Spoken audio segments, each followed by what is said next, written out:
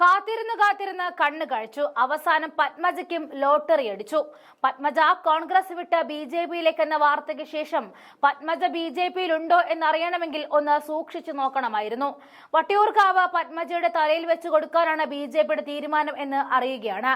എന്നാൽ 2026 നിയമസഭാ തെരഞ്ഞെടുപ്പിൽ താൻ വട്ടിയൂർക്കാവിൽ നിന്നും മത്സരിക്കുമെന്ന് K. മുരളീധരൻ സ്ഥിരീകരിച്ചു കഴിഞ്ഞു. ഇതോടെ പത്മജയുടെ അക്കൗണ്ട് പൂട്ടി എന്ന് തന്നെ പറയണം. ഇപ്പോ ആങ്ങളുടെയും പെങ്ങളും തമ്മിലുള്ള മത്സരമായിരിക്കും ഇനി കാണാൻ പോകുന്നത് എന്ന് ഏകദേശം ഉറപ്പിച്ചു കഴിഞ്ഞു.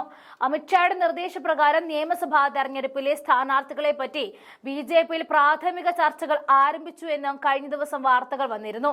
K. മുരളീധരൻ വട്ടിയൂർക്കാവിൽ മത്സരിച്ചാൽ BJP സ്ഥാനാർത്ഥിയായിട്ട് പത്മജയെ പരിഗണിച്ചേക്കും എന്ന അഭ്യൂഹമുണ്ടായിരുന്നു. ഇതടക്കമുള്ള സ്ഥാനാർത്ഥിത്വ സാധ്യതകളെ പറ്റി BJP നേതൃത്വം മൗനം പാലിക്കുകയാണ്. അതേസമയം വട്ടിയൂർക്കാവിൽ മത്സരത്തിൽ ഇറങ്ങാനുള്ള സാധ്യതകളെ പറ്റി K. മുരളീധരനും പത്മജ വേണുഗോപാലും പ്രതികരിച്ചിരുന്നു. BJP പത്മജയ്ക്ക് ഇട്ടുകൊടുത്ത ഒരു ഉഗ്രൻ പണി തന്നെയാണ് ഈ വട്ടിയൂർക്കാവ് എന്ന് തന്നെ പറയണം. കാരണം കോൺഗ്രസിന്റെ വട്ടിയൂർക്കാവ് മുഖം പത്മജയുടെ സഹോദരൻ മുരളീധരൻ ആയതുകൊണ്ട് തന്നെ പത്മജ തോറ്റു തുന്നം പാടുമെന്ന കാര്യത്തിൽ സംശയമേ ഇല്ല.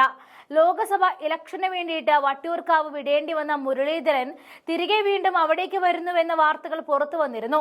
നിയമസഭാ മന്ദിരം ഇരിക്കുന്ന ഈ മണ്ഡലത്തിൽ അടപടലം തോൽക്കുവാനുള്ള വരവാണ് പത്മജ. കഴിഞ്ഞ തവണ മുരളീധരൻ ഇല്ലാത്തത് കൊണ്ട് തന്നെ കോൺഗ്രസ് 3-ാം സ്ഥാനത്തും BJP 2-മതും CPIM 1-മതും വന്നിരുന്നു. എന്നാൽ ഇത്തവണ മുരളീധരൻ വരുന്നതോടെ കോൺഗ്രസ് മുന്നിലും BJP പിന്നിലേക്കും പോകുമെന്ന കാര്യത്തിൽ തർക്കമേയില്ല. വട്ടിയൂർക്കാവിൽ മുരളീധരന് ഒരു മുഖമുണ്ട്, അതൊഴിച്ചുകൂടാനാകാത്തതാണ്. കോൺഗ്രസ് ശക്തി കേന്ദ്രങ്ങളിൽ മുരളീധരൻ ഉറപ്പിക്കുന്നതോടെ അവിടെ സഹോദര മത്സരമാകും ഉണ്ടാവുക. നിയമസഭാ ഇലക്ഷന് വട്ടിയൂർക്കാവ് മണ്ഡലം ഏറെ ശ്രദ്ധ നേടുമെന്ന കാര്യത്തിൽ തർക്കമേയില്ല.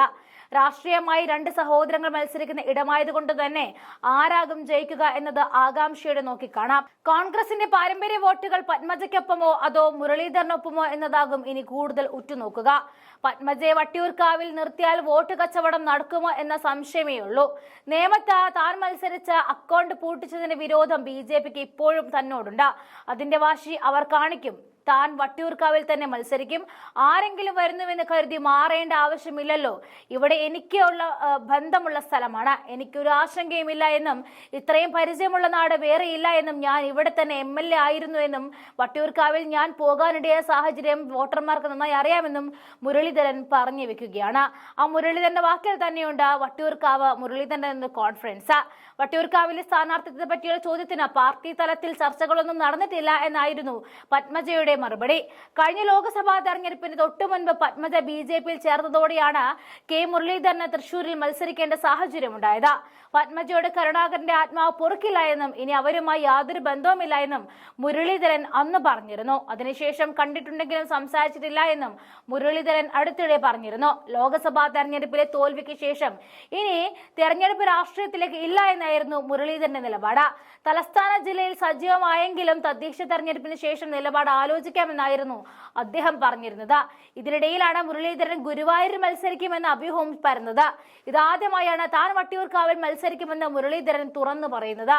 നിലവിൽ VK പ്രശാന്താണ് Vattiyoorkavu MLA. Muraleedharan Vadakara MP ആയതിനെ തുടർന്നുള്ള ഒഴിവിലാണ് തിരുവനന്തപുരം കോർപ്പറേഷൻ മേയറായിരുന്ന VK പ്രശാന്ത മണ്ഡലത്തിൽ മത്സരിച്ച് വിജയിച്ചത്. 2021 നിയമസഭാ തെരഞ്ഞെടുപ്പിലും അദ്ദേഹം വിജയം ആവർത്തിച്ചു.